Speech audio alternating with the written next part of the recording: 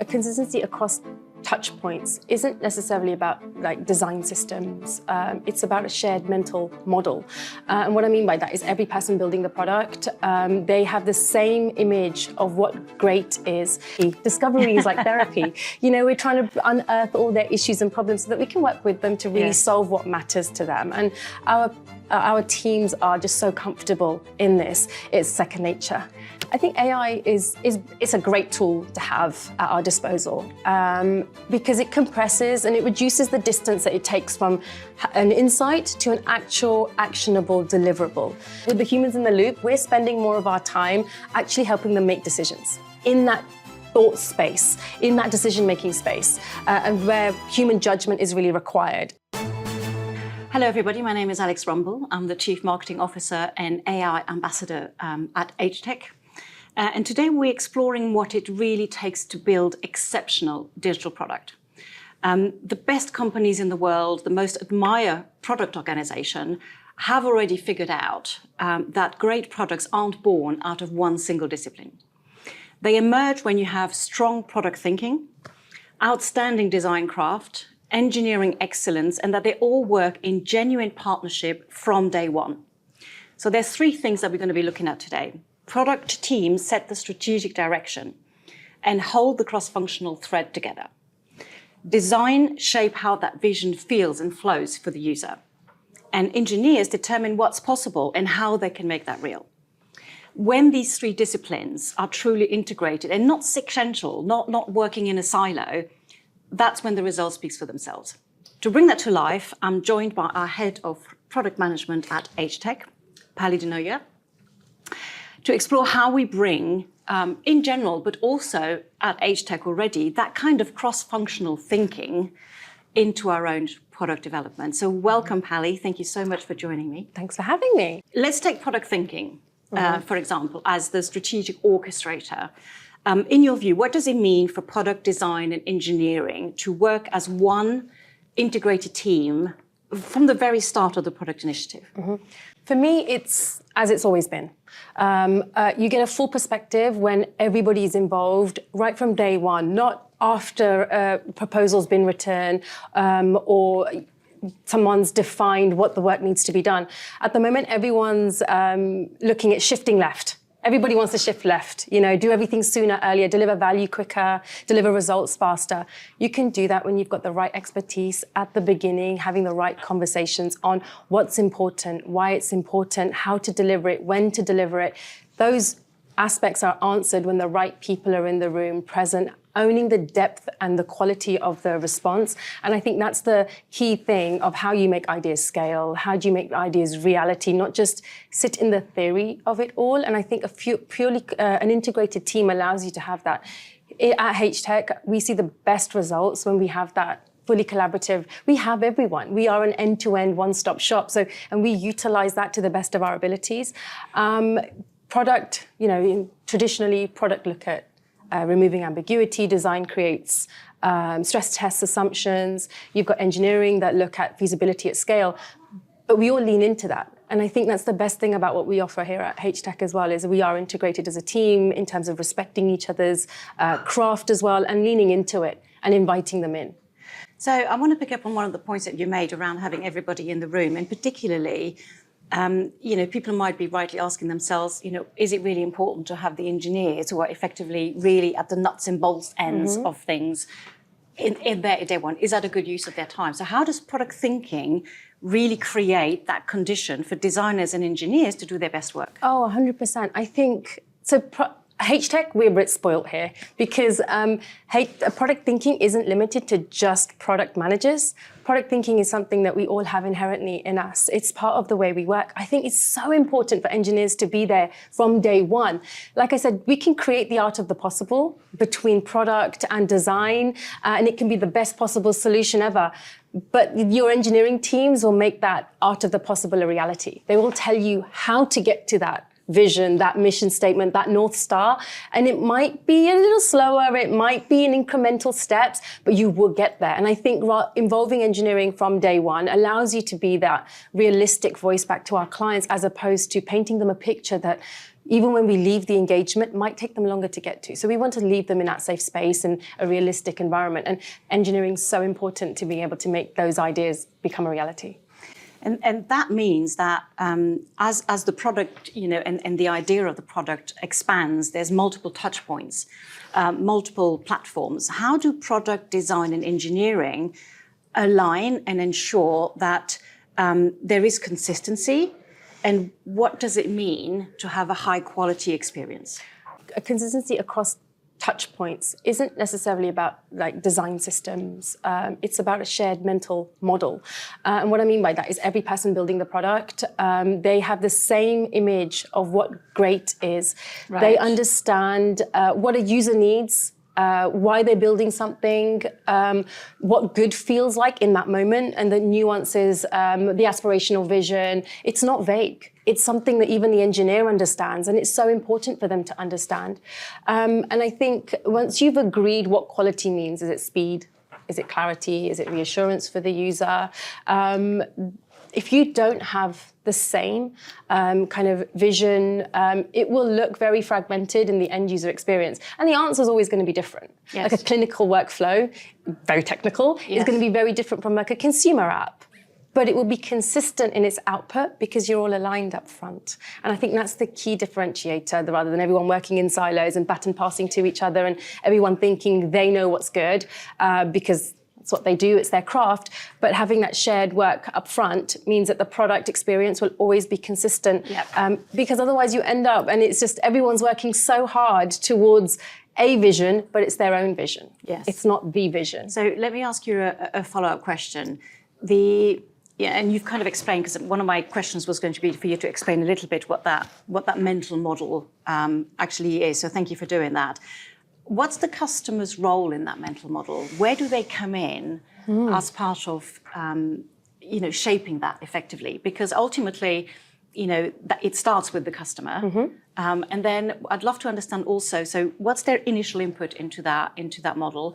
And then how do we keep them, how does HTEC work with the customer along the way to also sometimes suggest different things or change or things like that? They're not external to this process. We're talking about like product design, engineering disciplines, but actually the client, the stakeholder, is an equal member in all of these representations. And even our clients, they'll be either product focused, design, or engineering. A client won't necessarily be across all of them. They might be like the sponsor, but I think they are in another voice. They're another stakeholder that needs to be considered, be presented to, be downloaded from, and then everyone that has an opinion, we bring our expertise. Things that we've done on repeat, and we bring that to the conversation. The client will bring specific points relevant to their industry, their goals, their visions. We combine all of that to create that consistent model, because then the client also knows why we're building it, how we're building it, what's important, what's not, and we're the developer, the client, we're all on the same page.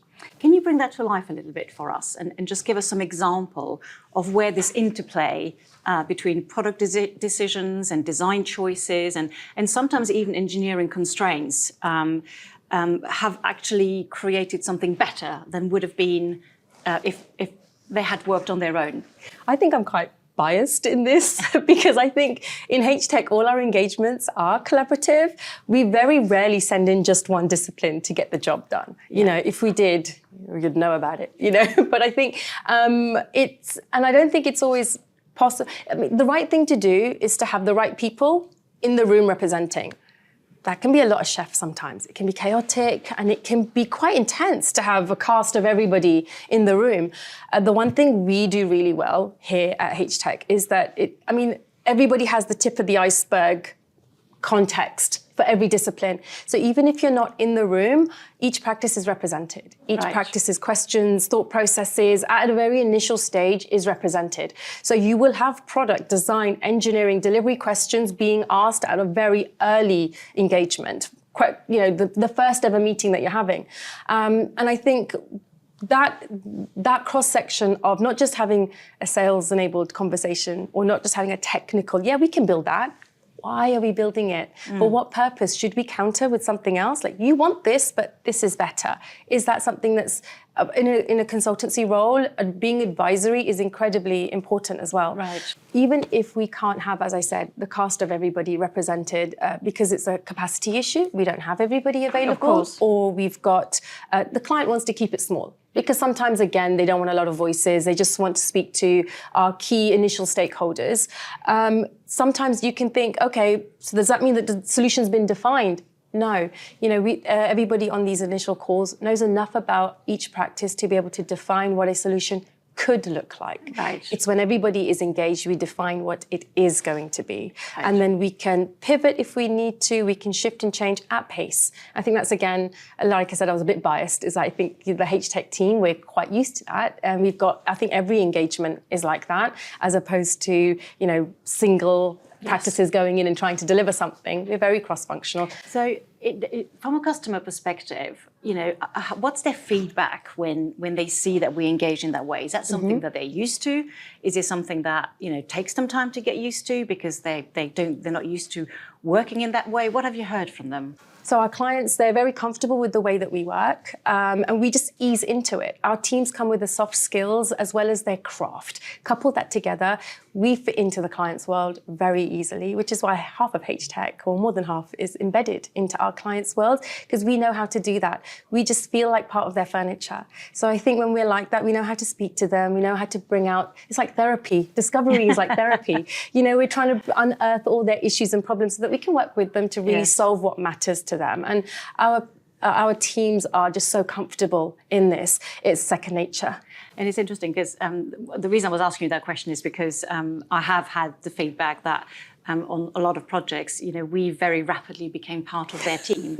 You said furniture. I think I like team better. Yeah, so do I. Ultimately, I think it implies the same thing. Is that we're not forcing our own thinking onto the customer. We're very much in a listening mode, 100%. and then absolutely using, as we say, the soft skill and that craft. Now, looking ahead, how do you make sure that user insight, creative exploration, and technical innovation are informing a roadmap rather than just one of them?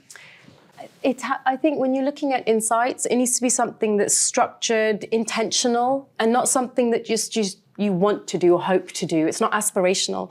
Everyone can say that they're user-centered, we value innovation, and we want to push ourselves forward. But if your roadmap process or your decision-making process only relies on one single source, then you're only ever going to be informed by this one single source again and again and again and again. And that source might be a certain data point, it might be a certain stakeholder, hippos, they might be the ones informing it. But when your world, your marketplace, your customers, your clients, end users are constantly changing and shifting, having a single source of information is not going to always serve you the best insights. So that's why making sure it's like a continuous discovery, it's rapid, it's throughout your entire process. So from discovery, design, delivery, making sure that insights are part of that process, not just at the beginning. We do a bit of discovery, we find out a bit of things, and then we use that to inform what we deliver for the next however many months, a year. That insight can become very stale. So I think making sure it's a continuous practice that we're doing throughout, which is, again, something that our teams are very conscious of and very adept at doing. And it's part of our DNA. It is part of our DNA, and I love that it is, it very much is. And I think when you're looking at that continuous discovery, where you've got user insights, design exploration, technical signals, constantly informing what you're doing, you can make changes at pace. Yes. And a roadmap should never be, we've heard for how many years, I've defined my next 2-3 sprints in advance. Perfect. What if something changes? And technology is changing so rapidly at the moment that you can't possibly force yourself to stand still, right? But people define a roadmap, define a sprint, and they're like, I'm not going to touch it now. I'm going to push that through. There's something very satisfying about doing that, but it's also not realistic. No, it's not. But the thing is, that's historically what's happened. Yes. Define a roadmap, it's going into the sprint, I'm going to deliver it, and it will come out the other end. only for you to have to redo some of those components or redo those features or replace it with something else. Whereas if you have a truly, agile roadmap, they're Lego blocks. You should be able to interchangeably move them before a sprint starts because you've done all the legwork. You've defined it, you've done the backlog planning, and you know what it's worth. But if something fundamentally changes in your insights, you should be able to and be willing to change your roadmap to reflect that. And it shouldn't have a problem. So let me ask you a question. You're obviously very passionate about what you're doing and your role, and I love that. AI. Yes. How is AI changing all of that effectively? What are some of the really good things that are happening, and where are those changes happening? I think AI is a great tool to have at our disposal because it compresses and it reduces the distance that it takes from an insight to an actual actionable deliverable. Traditionally, a client can wait weeks, maybe months, depending on the ask, to actually get a research finding from an interview into an actual tested concept, something living and breathing. That's a long time. And when AI is embedded across discovery, design, and delivery, that shrinks dramatically. It's not the answer to everything, but the client benefits are faster, real-time, better informed decisions, rather than teams just working on, as I was mentioning earlier, stale assumptions, insights that might have aged out now or aren't the most up-to-date. But what we are careful about in our teams at HTEC is that making sure that AI augments our judgments. It isn't replacing them. The strategic thinking, the ethical calls, the nuances about what a user needs, and then making those decisions when you're at a fork in the roads, because the data's showing you there are two possible solutions. Being the human in the loop to make those judgment calls, it's incredibly important. AI at HTEC means that we're spending less time on the mechanical and more time on the meaningful work that delivers the most impact. And surely that's a good thing for the customer. 100%. I mean, everybody knows that by now, AI is going to absorb a huge amount of the manual efforts in a lot of roles, all roles, potentially, across the plane. For product managers, like the documentation, the synthesis, pattern recognition that absorbs a lot of time will be reduced across the board. And where AI can make recommendations for roadmaps, prioritize features, it can do a lot of that manual work. But what it can't do is hold genuine accountability on making product decisions, making product direction decisions. It can't build trust with a skeptical stakeholder. We've seen and met a lot of those. Rightfully so for some of them. They need guidance, they need decision making, and we make value-based decisions. And I think an AI can't do that. Whereas that's why having the human in the loop will be incredibly important. And for a product manager, there'll be reduced volume in what we do. So we're not executing like 100 deliverables, but they'll be playing in bigger stakes. So they'll be making bigger, better, bolder decisions for the client. And for customers, that is a good thing because it means that with the humans in the loop, we're spending more of our time actually helping them make decisions in that thought space, in that decision-making space, and where human judgment is really required. And clients no longer, they'll no longer be playing for that manual effort that we're doing, creating 100 documents here and the synthesis of that, or doing write-ups for like the research that we've done. Instead, they'll be paying for deeper, more strategic thought. I think that's a win all around. We want to be doing more meaningful work. Yes. We want to be doing deeper thinking, delivering more depth and context, rather than spending time writing these documents. So AI is good news for product managers. Definitely. Well, all around, hopefully. Great. Thank you very much. And thank you, Pali, Thanks, so Alex. much for your contribution. And I hope you enjoy the conversation. And thank you for your attention.